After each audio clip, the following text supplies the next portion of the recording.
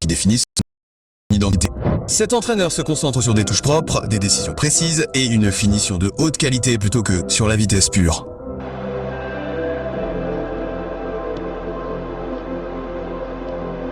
Dominé. Oh, regardez le spectral.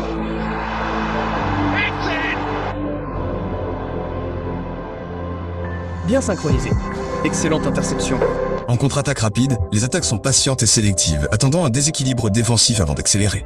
Sur les côtés, le terrain est étiré horizontalement, forçant les défenseurs à sortir de leur position et ouvrant des canaux centraux pour une pénétration contrôlée. En défense, Xabi Alonso privilégie la structure et le positionnement. Le milieu de terrain protège les zones au lieu de presser agressivement et la ligne défensive reste compacte pour réduire l'espace entre les lignes.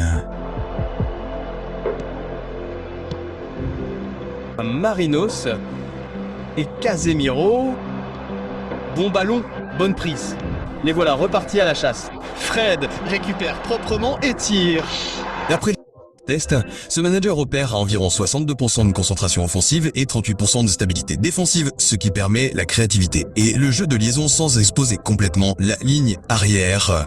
Cette configuration récompense la construction intelligente, le timing et le sang-froid, mais punit les passes imprudentes. Son jeu de liaison est la passe décisive à lorsqu'un meneur de jeu créatif à l'AMF agit comme pièce maîtresse et qu'un braconnier au CF est l'homme clé. Les passes en profondeur et les balles en profondeur dans la moitié de terrain offensif gagnent en précision.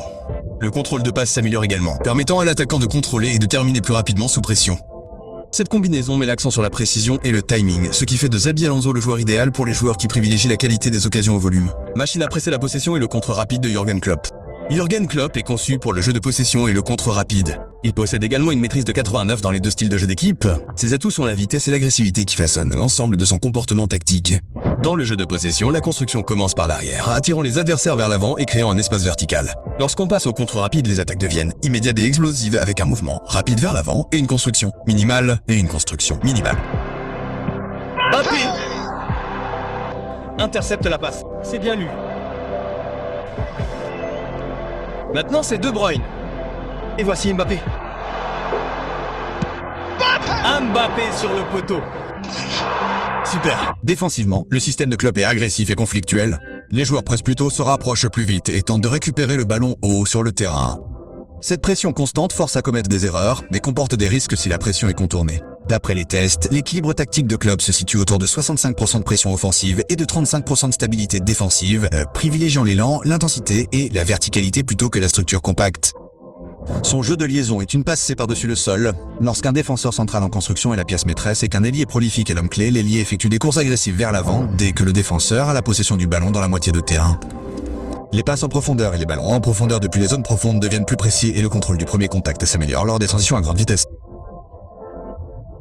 Cette liaison transforme instantanément la défense en attaque et convient aux joueurs qui ont un chemin attaquant.